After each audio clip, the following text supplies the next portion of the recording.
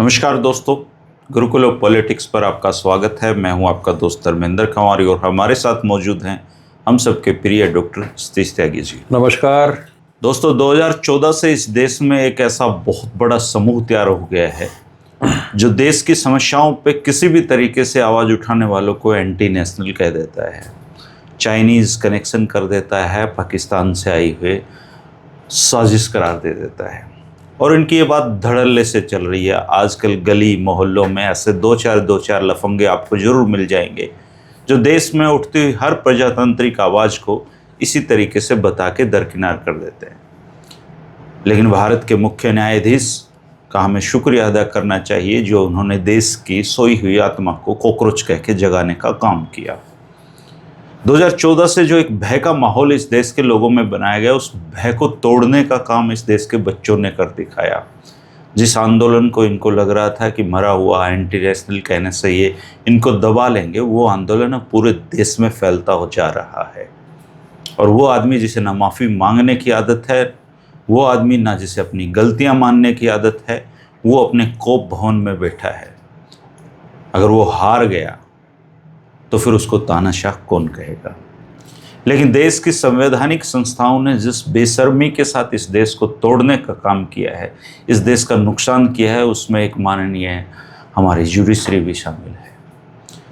जिस chief justice ने देश के युवाओं को कॉकरोच कहा था, आज उनके पास समय नहीं है दिल्ली पुलिस की उन बर्बरतापूर्वक वीडियो देखने का जिनमें ये अनुरोध किया जा रहा है उनसे कि आप देखिए बच्चों के साथ क्या हो रहा है इस देश में।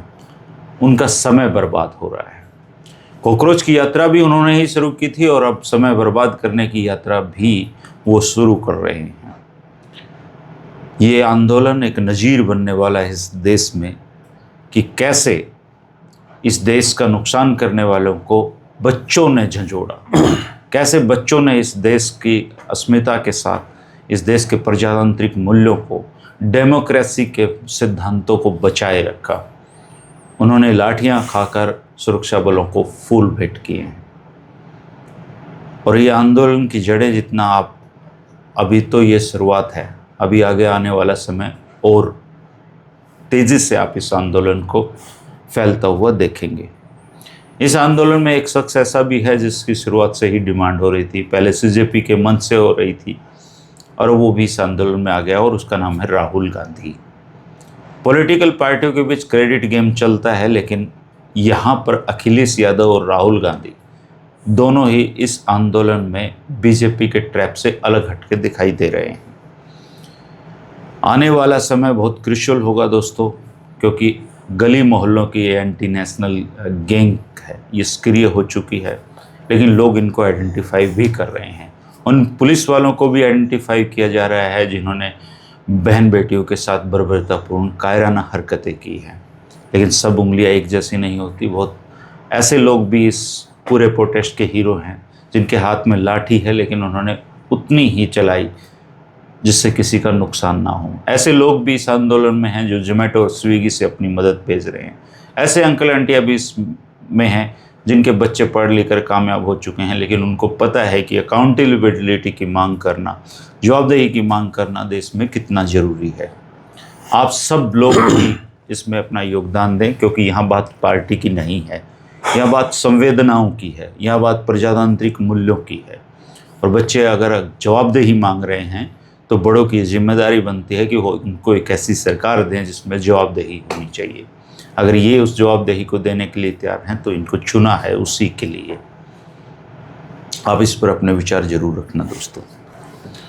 त्यागी जी, इस आंदोलन के इतने कोण बन चुके हैं कि किसी एक कोण से पकड़ना इस आंदोलन को थोड़ा सा मुश्किल लग रहा है मेरे को।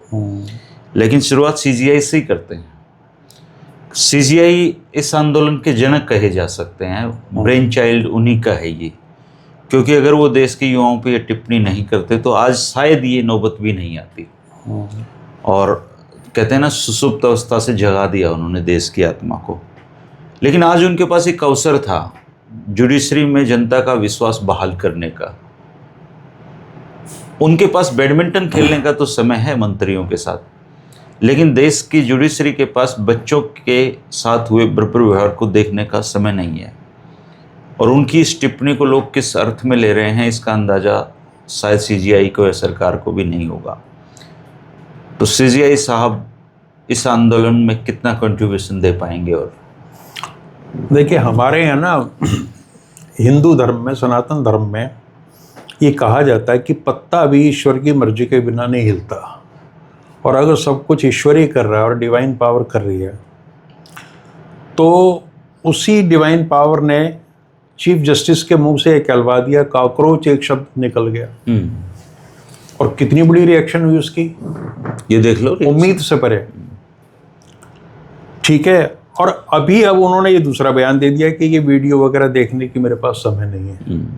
तो मुझे तो लग रहा है कि chief justice of India Suryakant ji को समय ने ये भूमिका दे दी है कि तुम गाली भी खाओगे, लोगों की आलोचना भी सहोगे, लेकिन इस आंदोलन के सूत्रधार तुम ही बनोगे। कुछ चीज़ों का पतन तुम्हारे हाथों में लिखा है। अब इन चीज़ों का कोई वैज्ञानिक आधार नहीं है, कोई राजनीतिक समझ नहीं है, लेकिन जब मनुष्य की बुद्धि जवाब देने लगती है तो वो यही सोचता है, परमात्मा की तरफ देखता है कि अब तू ही संभाल। तो चाहते ना चाहते ऐसी उन्होंने कुछ बात तब कह दी और एक अब ये कह दी। ये वाली जो दूसरी बात है, इसने आग में और घी डाल दिया। चूँकि उनके इस बयान की और भी ज़बरदस्त प्रतिक्रिया हो रही है कि एक सीजीआई के पास में इतना समय नहीं है कि वो वीडियो देख लें, एट्रोसिटीज़ की जो उत्पीड़न हो रहा है वहाँ बच्चों का, जबकि सारा देश इस समय बहुत एजिटेटेड है केवल इसी बात को लेके। अधिकांश लोगों के लिए पेपर लीक और एजुकेशन पॉलिसी बहुत पीछे चली गई है। मुद्दा ये हो गया है कि पुलिस ने कितनी बेरहमी के साथ सरकार के निर्देशों से और आदेशों के तहत किस तरीके से बच्चों की पिटाई की है। और देश जो है ना, कोई भी हो, जो समाज है वो भावनाओं पर आधारित होता है। ये जो दृश्य लोग देखते हैं, इस तरीके की पिटाई हो रही है और एक बेचारी नियत्थी बच्ची जा रही है और उसके साथ, मतलब आप कल्पना नहीं कर सकते किस तरीके से डंडा लेके उसको पीछे से ये किया जा रहा है। मतलब 10 साल के बच्चे की पिटाई हो रही है और आपके पास जो डंडा है उसके अंदर आपने कील ठोक रखी है, कील लगा रखी है, पैलेट गन्स चल रही हैं।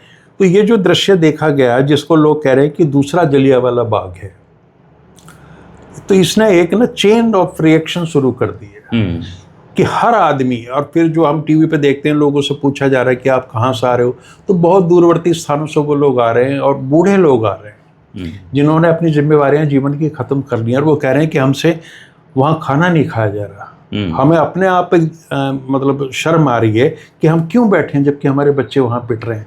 तो मैं तो ये कह रहा हूँ कि ये बहुत ज़्यादा इमोशनल मूवमेंट हो चुका है इस समय, जिन लोगों का सीधे सीधे कोई लेना देना नहीं है और वो लोग इस आंदोलन में कूद रहे हैं। तो इसका मतलब ये है कि बहुत कई चीज़ें आगे जाने वाली हैं। और जैसे हमने कल भी चर्चा की थी कि आंदोलन पूरी ताकत से पूरे देश में फैलेगा। आज 16 मेट्रो स्टेशन बंद किए गए दिल्ली के और कहा यह जा रहा सरकार की ओर से, आज उनके ग्रुप ऑफ मिनिस्टर्स की बैठक भी हुई है, तो उन्होंने जिस तरीके की चीज़ें बाहर निकल के आई, वो ये कह रहे हैं कि हम धर्मेंद्र प्रधान का इस्तीफा तो लेंगे ही नहीं, सरकार इस पर विचार ही नहीं करेगी। कंपनसेशन जो देना, जिन लोग बच्चे जो मरे हैं उसके बारे में हम विचार करेंगे।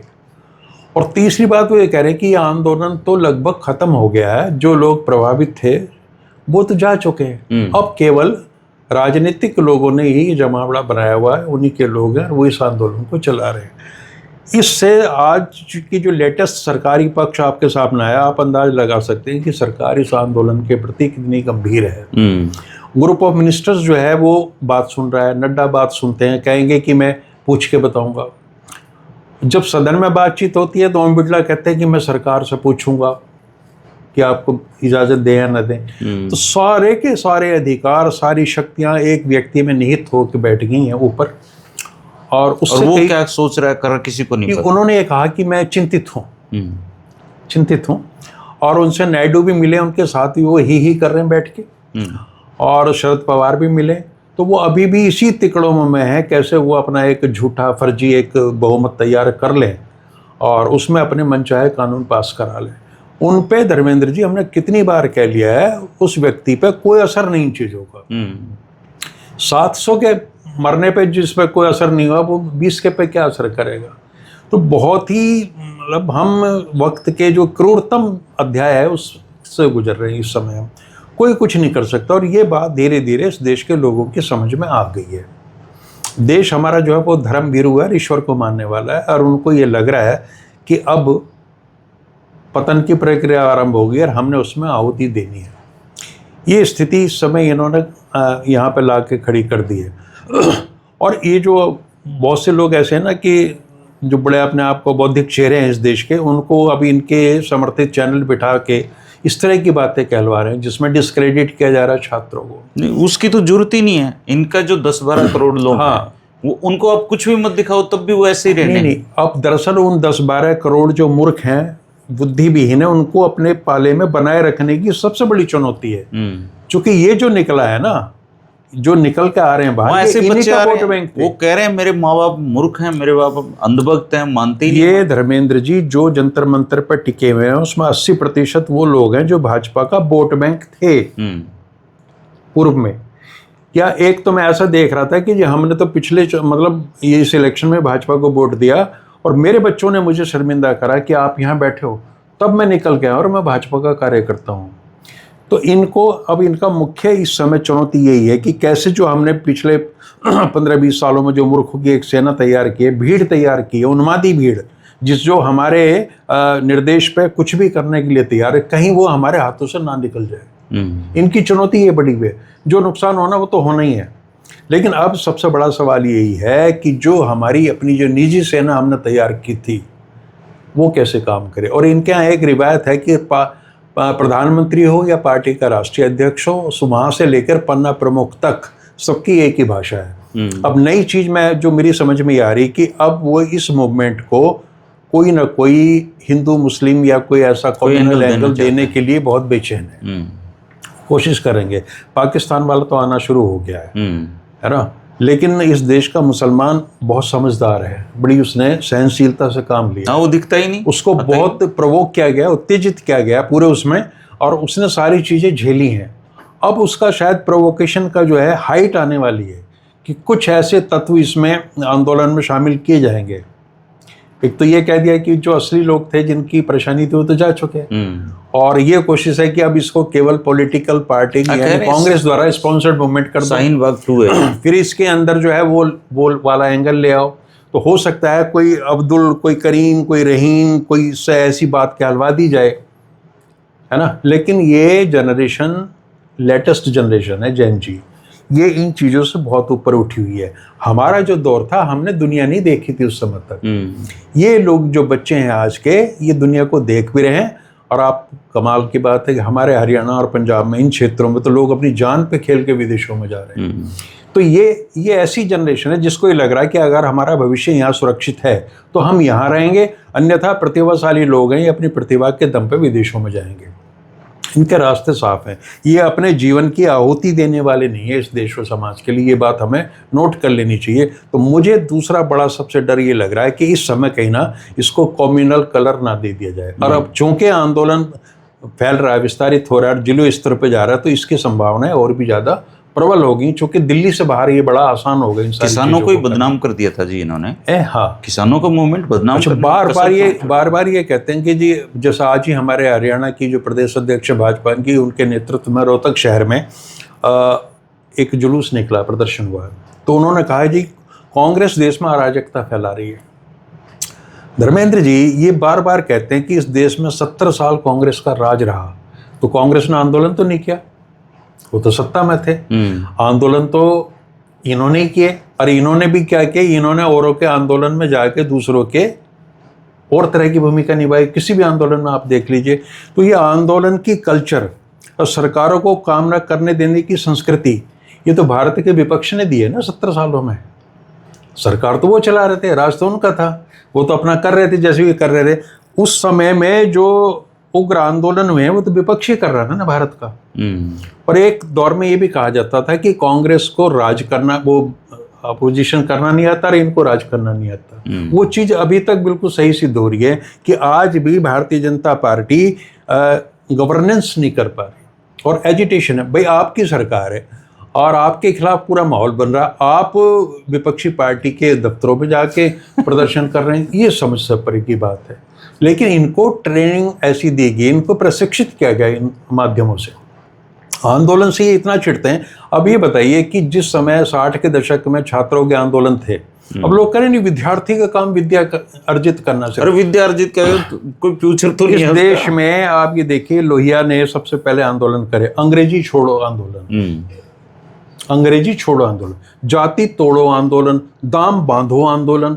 और कर कौन रहा था? इस देश के स्टूडेंट कर रहे थे सारे, यूनिवर्सिटी के छात्र। सतपाल मलिक जैसे लोग मेरठ में नेता बनकर उभर आए। 60-70 के दशक में एक लड़की थी जिसके साथ कुछ बदतमीजी हुई थी, मेरठ में इतना बड़ा आंदोलन हुआ था, छात्र आंदोलन। आप ये देखिए, जब प्रथम राष्ट्रपति हमारे भारत के डॉक्टर राजेंद्र प्रसाद ने बनारस में, काशी में मंदिर में प्रवेश करने को जाना था, तो राजनारायण खड़े हो गए कि जी मैं पहले राष्ट्रपति से पहले मैं एक, उस समय हरिजन शब्द यूज कर लेते थे दलितों के लिए, उसका प्रवेश कराऊंगा। एक भूमिहार ब्राह्मण नेता समाजवादी पार्टी का, और वो इस जिद पर अड़ गया कि मैंने राष्ट्रपति से पहले एक दलित का प्रवेश करना है, क्योंकि तब दलितों का प्रवेश प्रतिबंधित था। तो उस समय की मांग को देखते हुए राजनारायण ने ये सोचा कि भाई ये अन्याय है और मैंने ये करना। राजनारायण की दाढ़ी पकड़कर काशी की सड़कों पर खींचा गया।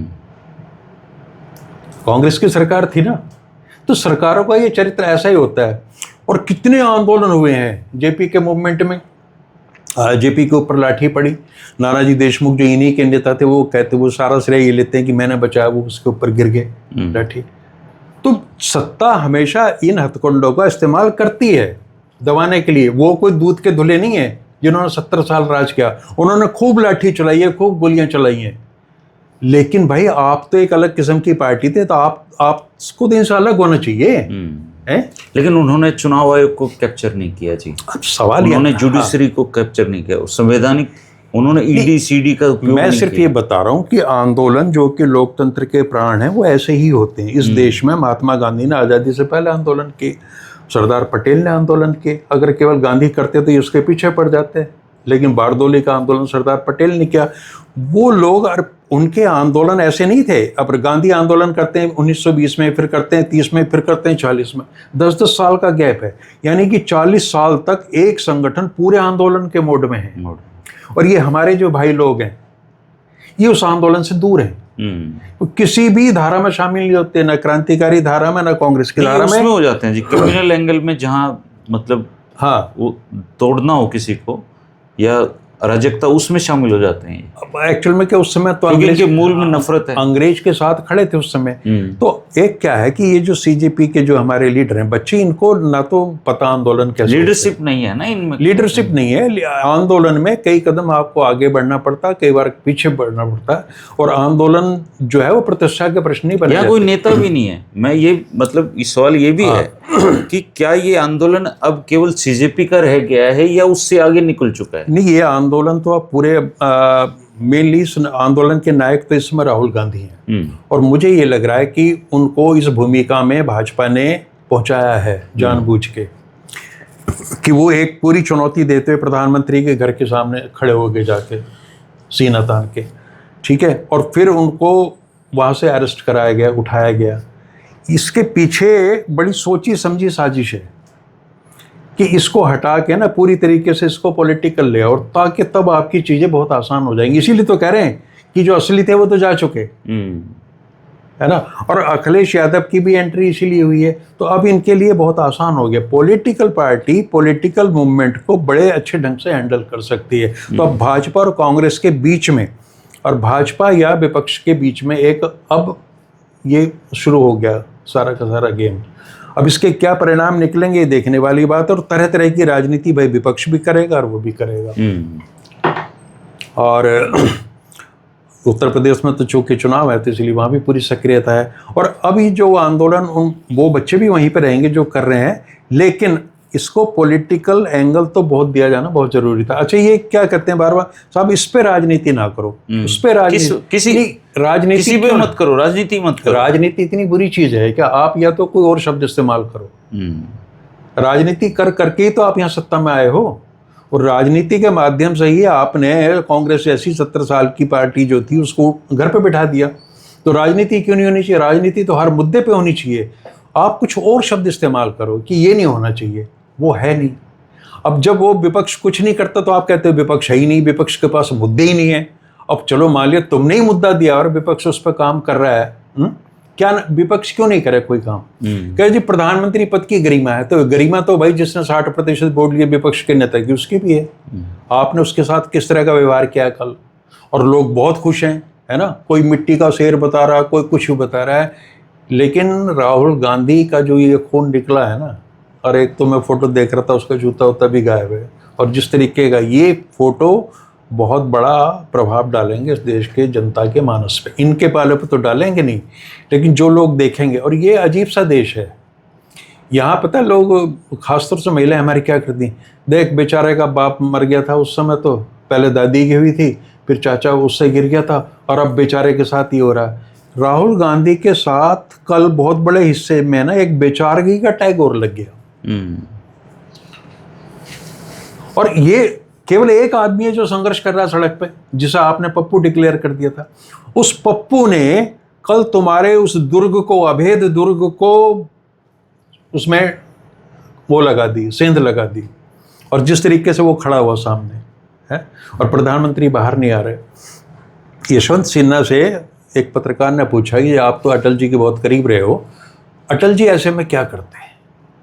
तो उन्होंने कहा अटल जी बाहर आते मुस्कुराते हुए, कोई हंसी की बात करते और कहते कि आओ राहुल जी चाय पी के बैठ के बात करते हैं। ये उनका अंदाज होता है। राजनाथ सिंह कहते हैं कि किसान मेरे से मिलने आए टिकैत के नेतृत्व में, महेंद्र सिंह टिकैत के, और मुझे जब सूचना मिली तो मैं अपने ऑफिस से, तब मुख्यमंत्री थे, उठ के बाहर आया, गेट पर उनको रिसीव किया, अंदर ले गया और उनसे बातचीत की। ये भारतीय जनता पार्टी के उदाहरण दे रहा हूँ मैं आपको। तो राजनाथ सिंह की वो सोच है, अटल जी की सोच है, लेकिन वर्तमान प्रधानमंत्री की तो सोच ही बहुत दूर दूर तक नहीं है। तो इसीलिए मैं कहता हूं कि हमें ज़्यादा हम भाजपा को भी गाली ना दें, वो भाजपा है खत्म ही होगी वो भाजपा। ये नई भाजपा है, इसको तो बीएमपी कहना चाहिए, भारतीय मोदी पार्टी, मोदी शाह पार्टी, बीएमएसपी और जोड़ लो साथ में। इसका पिछले जनसंघ से लोग इसको भारतीय जलील पार्टी भी कहते हैं। हाँ हाँ बिल्कुल, अब तो अपनी व्याख्याएं करेंगे लोग, वो क्यों छोड़ें, ये किसी को छोड़ते हैं क्या, है ना। और एक काम अब लोग ये भी देखें, उनकी हैरत, धैर्य की एक सीमा है कि आपने जो पूरा माहौल बनाया था नेहरू गांधी परिवार के खिलाफ, उसमें तो आपने कुछ भी नहीं किया ना, है। सोनिया गांधी सुरक्षित हैं, राहुल प्रियंका सुरक्षित हैं, बाडरवे सुरक्षित है। एक बार भी आप ये प्रमाणित नहीं कर पाए कि वो भ्रष्टाचारों के केसेस में लिप्त हैं, या उन्होंने कुछ किया है। 12 वर्षों में आपको कुछ तो करना चाहिए था। ये कह रहे हैं आंदोलन खत्म हो गया है, लेकिन जंतर मंतर पे तो भीड़ बढ़ती जा रही है, जनता भीड़ बढ़ती जा रही है, लगी जा रही है। मेट्रो स्टेशन बंद करने पड़ रहे हैं। और अच्छा, पटना में प्रदर्शन हो रहे हैं सर, कोलकाता में इनकी कल सरकार बनी थी, वहां प्रदर्शन हो रहे हैं, राजस्थान में सब जगह होने हैं। ये आग मैं नहीं समझ पा रहा कि इसको बुझाने के प्रयास क्यों नहीं हो रहे। मुझे और भी खतरनाक स्थिति नजर आ रही है कि जब आपको लग रहा है कि खतरा बढ़ रहा है तो आपको उसको कंट्रोल करना चाहिए, आप उसको क्यों इतना फैलने दे रहे हैं? इसका मतलब आपकी नीयत कहीं डाउटफुल है, आप कुछ बहुत बड़ा होने का के लिए माहौल सोचते हैं कि गलतियां हो जाएंगी और खुद ही खत्म करने का। पता नहीं समय क्या करा रहा है, ये रील बना रहा है, ये लोग 30-30 हजार रुपए एक रील बनाने के दे रही हैं एजेंसियां कि इस आंदोलन के खिलाफ रील बनाओ। बहुत मतलब पैसा बहुत बहाया जा रहा है, बहुत लोग हैं, उनको ढूंढ ढूंढ के लाया जा रहा है कि ऐसे लोग लाओ रील में और वीडियो में जो ये कह सकें कि ये विद्यार्थी नहीं है, ये गुंडे हैं, ये पाकिस्तान से आ रहे हैं, या फलाना डिमकाना इस तरह की। खैर ये आंदोलन का एक हिस्सा होते हैं, और आंदोलनों को डिस्क्रेडिट करने के लिए ये सारी चीज़ें होती हैं। और जो आंदोलन कर रहे होते हैं उन्होंने एक अतिरिक्त सतर्कता बरतनी होती है कि हमें इन चीज़ों से कैसे निकलना है। वो तो जो सत्ता है वो तो प्रपंच रचेगी, उसकी कोई शिकायत हमें नहीं होनी चाहिए। अब ये है कि आप कैसे इस आंदोलन को अहिंसा के दायरे में रखते शांतिपूर्ण आंदोलन के रूप में अपनी बात लोगों तक पहुंचाओगे और वो समर्थन अपने आप लिए जुटाओगे। और ये जो मुद्दा है अब शिक्षा वाला इतना इम्पोर्टेंट है। मैं धर्मेंद्र जी पढ़ रहा था कि लगातार 2014 के बाद से हमारे शिक्षा के बजट में कमी आ रही है। शिक्षा के बजट में कमी सर, वीसी लगता है पैसे देके, हाँ, और वो पैसे पूरे करने पे फोकस रखता है बेचारा अपना। उसको जो टाइम मिलता है वो आरएसएस के कार्यक्रमों में चला जाता है। अभी सुबह एक मुझे यहाँ पे प्रोफेसर बता रहे थे, उनके डिपार्टमेंट के एमडीयू में इकलौते प्रोफेसर हैं, वो डीन भी हैं, सब कुछ वही हैं। तो बोले मैं वीसी से मिला कि वीसी साहब हमारे यहाँ पे आप भर्ती तो करो, उसके बिना बच्चे कैसे पढ़ेंगे। तो बोला क्या भर्ती करनी है? वो प्रोफेसर भर्ती करने, और क्या भर्ती, परमानेंट भर्ती कर दो। बोले नहीं परमानेंट तो हम नहीं कर रहे। तो बोले पोस्ट निकाल दी उन्होंने 26,000 रुपये यूनिवर्सिटी में पढ़ाने की सर 3 महीने के लिए। बोले 4 बच्चे आए इंटरव्यू देने के लिए जो यूथ हैं क्वालिफाइड हैं, चारों मना कर गए कि 26,000 रुपये में 50 तो हम कहीं ले रहे हैं, कोई कहीं ले रहा है, कोई तो एक पूरे ऐसे कई डिपार्टमेंट खाली पड़े हैं इस यूनिवर्सिटी में। देखो, पढ़ना पढ़ाना इनकी वरीयता है नहीं, ये उसमें विश्वास नहीं करते। मैं बिल्कुल पुख्ता आपको सूचना दे रहा हूँ, नाम नहीं लूँगा। मुझे एक व्यक्ति ने बताया कि वाइस चांसलर के पास में एजुकेशन मिनिस्टर का फ़ोन आता है कि जी आपसे पहले भी आग्रह किया था, हमारे ये 2 बंदे इनको बीटा का बूथ दे दो यूनिवर्सिटी में। अच्छा है। और वाइस चांसलर ने ये कहा, यार मैं हैरत में हूँ कि क्या हो रहा है, किसी एडमिशन की सिफारिश नहीं है, कुछ ये नहीं है कि एकेडमिक माहौल ठीक कर लो या क्या है। मंत्री ये कह रहा है कि मेरे आदमी इसको बीटा का बूथ दे दो। सारे सेट हो रहे हैं। करो आप, क्या हो रहा है ये? जो वीटा का बूथ की जिसकी बेचारे की हैसियत है वो वीटा का बूथ ले रहा है, और जिसकी फैक्ट्री की हैसियत वो फैक्ट्री लगा रहा है। 1,000 करोड़ खाए हुए बीजेपी के नेता सर मन से भ्रष्टाचार विरोधी बातें करते हैं। बीटा के बूथ चाहिए, गांव की गलियों तक में कमीशन खा रहे हैं ये लोग। और सुनो, ये कह रहे हैं कि वो जो हॉस्टल में बच्चे रहते हैं उनकी जो कैंटीन है, मेस है, उसके खाने का ठेका दे दो, है ना, सब्जियों का दे दो, आटे का दे दो। इस लेवल पे चीजें ऑपरेट हो रही हैं। तो इनकी प्राथमिकता साफ हो जाती है। सर, कोई बड़ा मंत्री, मतलब शिक्षा मंत्री लेवल का आदमी अगर वाइस चांसलर से ये कहेगा, वो क्या करेगा? उसके पास लोग पहुंच रहे हैं अप्रोच। तो ये यूनिवर्सिटी का हाल इन्होंने ये बना दिया है। और वो यूनिवर्सिटी के एक्चुअल में वो तो शाखाएं हैं, कहीं 200 एकड़ की शाखा है, कहीं 600 एकड़ की शाखा है। इनको दे देंगे ये रिलायंस को, अडानी को, अंबानी को, क्योंकि फेल होनी है ये, फिर इनको दे दो। भैया आप ये देखिए, जिस देश में 1 लाख स्कूल बंद कर दिए गए हों, तो वहाँ क्या शिक्षा नीति पे बहस नहीं होनी चाहिए? है, पेपर लीक हो रहे हैं, क्वालिटी ऑफ एजुकेशन ये है कि गुणवत्ता की तो बात ही नहीं है अभी। क्वालिटी ऑफ एजुकेशन हमारी है, हमारी एम्प्लॉयबिलिटी ये है कि एक दौर आया था इंजीनियर्स बनाने का, अब वो कहाँ चले गए इंजीनियरिंग कॉलेज? कहाँ चले गए? इसरो छोड़ रहे हैं सर, वैज्ञानिक इसरो से जा रहे हैं। हमारे जो इंजीनियरिंग ग्रेजुएट्स हैं वो जोमेटो की और स्विगी की और उसकी फ्लिपकार्ट की डिलीवरी कर रहे हैं।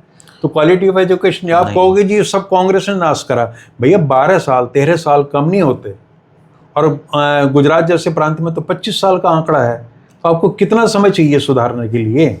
मान लिया हमने सब कुछ, उन्होंने सत्यानाश कर दिया था, पर तुमने कहीं तो तुम्हारी नीयत दिखनी चाहिए थी। इन्होंने कहा कि एजुकेशन से ज़्यादा ना स्किल की ज़रूरत है, तो एक अलग सा मंत्रालय बनाया कौशल का। उसका बजट पहले था 0.6% जब शुरू हुआ था, बीच में थोड़ा थोड़ा बढ़ा कर आज 0.5% है। तो ना तो आप स्किल जनरेशन कर पा रहे, एजुकेशन का बजट लगातार कम होता जा रहा है, और ना ही कहीं आपने क्वालिटी एजुकेशन देने के लिए कोई बात करी। शिक्षा के निजीकरण की ओर आप लगातार बढ़ते जा रहे हो। बल्कि हमारा मत ये है यार, बहुत लोग उससे सहमत होंगे कि भैया इस देश में आप अपने एमपीज को खाली क्यों रखते हो? आप 15 दिन का सत्र केवल इस बात पे बुलाओ कि हमारी शिक्षा में क्या कमियां हैं। अब आप दोबारा से इसका पुनर्निरीक्षण कर लो। जब 14 में सरकार आई, आरएसएस ने सर मोदी से एक ही चीज मांगी, हमें शिक्षा दो। तो आज बीजेपी कहीं नहीं है शिक्षा में। शिक्षा तो पूरा आरएसएस कंट्रोल कर रहा है जी। वही मैं कह रहा हूँ, इतना बड़ा परिवर्तन आ गया। धर्मेंद्र जी, मैं एक पढ़ रहा था उत्तर प्रदेश में, इन लोगों को ये तो अध्ययन करते नहीं ना उस चीज़ का। यूपी में एक जगह है सोनभद्र, वहाँ पे एक रिहंद बांध बना है, रिहंद नदी के ऊपर, और वो 1954 में बनना शुरू हुआ था, 1962 में देश को समर्पित किया। और उसके बनने में, उसके प्रोसेस में कितनी दिक्कतें आई। आज तो आपके पास पूरा इंफ्रास्ट्रक्चर है, तब तो कुछ भी नहीं था। एक जंगल था, पूरा एक घाटी थी जंगल, और उसमें आपने जाके उस रिहंद नदी के पर बांध बनाया जो आज हिंदुस्तान का सबसे बड़ा बांध है। कितनी दिक्कतें उस समय में आई होंगी। और उस समय की आप देखिए कि मंत्रियों को स्वायत्तता कितनी थी। उसमें चौधरी चरण सिंह मंत्री थे, लाल बहादुर शास्त्री गृह मंत्री थे, और मंत्री थे तरह तरह के। वो एक दूसरे को चिट्ठी लिख रहे हैं। और चौधरी चरण सिंह की किताब में मैं पढ़ रहा था कि वो यही ढूंढते रहते थे कि किस लेवल पे भ्रष्टाचार हो रहा कहीं। वो मजाक में लिख रहे हैं कि चौधरी साहब को तो सनक होगी कि ये देखें कहीं गलत काम तो नहीं हो रहा। तो एक कोई इंडस्ट्रियलिस्ट थे, साहू जैन, हमारे नजीबाबाद के थे, तो वो कुछ ये कह रहे थे कि जी वाराणसी में वहाँ पास में है, वहाँ मेरा बिजली का कारखाना बनवा दो, और ये मेरे को संयंत्र वहाँ लगवा दो, और मैं ये कर दूंगा। उस पर पूरे मुख्यमंत्री से असहमति हो रही। मुख्यमंत्री संपूर्णानंद निर्णय नहीं ले पा रहे मंत्रियों की वजह से, और मंत्री बाकायदा फाइल पुट कर रहे हैं। आज केवल एक ही बैठा है और वही सारे निर्णय लेता है। वो देश भी चला रहा है, सारे प्रदेश भी वही चला रहा है। तो ऐसे में इन्होंने सिर्फ देश के लिए नहीं, अपने लिए भी गड्ढे खोद दिए। हालात ये हैं। तो अब ये बिल्कुल यशवंत सिन्हा ये कह रहे थे कि प्रेशर कुकर है, ये सीटी मार रहा है, प्रेशर बन रहा है ना, जिस तो दिन ये सीटी वो बंद सीटी होगी मारता विस्फोट हो है जाएगा कि भाई मेरे को या तो मेरी को निकाल लो हवा थोड़ी सी, अगर तुम्हारी दाल नहीं गली है तो, और नहीं तो फिर हटाओ इसको। तो ये जो आक्रोश है ना 12 साल का, ये सब इकट्ठा हो गया इस समय, और ये सिटी मारे चला जा रहा, मारे चला जा रहा है, उसको दबाने की कोई कोशिश नहीं कर रहा, ना कोई हफ्स की हवा निकाल रहा है। तो अब तो ये फटेगा, फूटेगा, आक्रोश अपनी चरम सीमा पे है। नहीं, जुडिशरी की अगर आप बात करो सर जी। एक चैप्टर था जुडिशरी के ऊपर, उसको हटाने के लिए तो सीजीआई के पास पूरा टाइम था, और अब ये मतलब बच्चों की सुनवाई करने का उनके पास टाइम नहीं है, तो लोग तो सवाल तो उठाएंगे ही सर।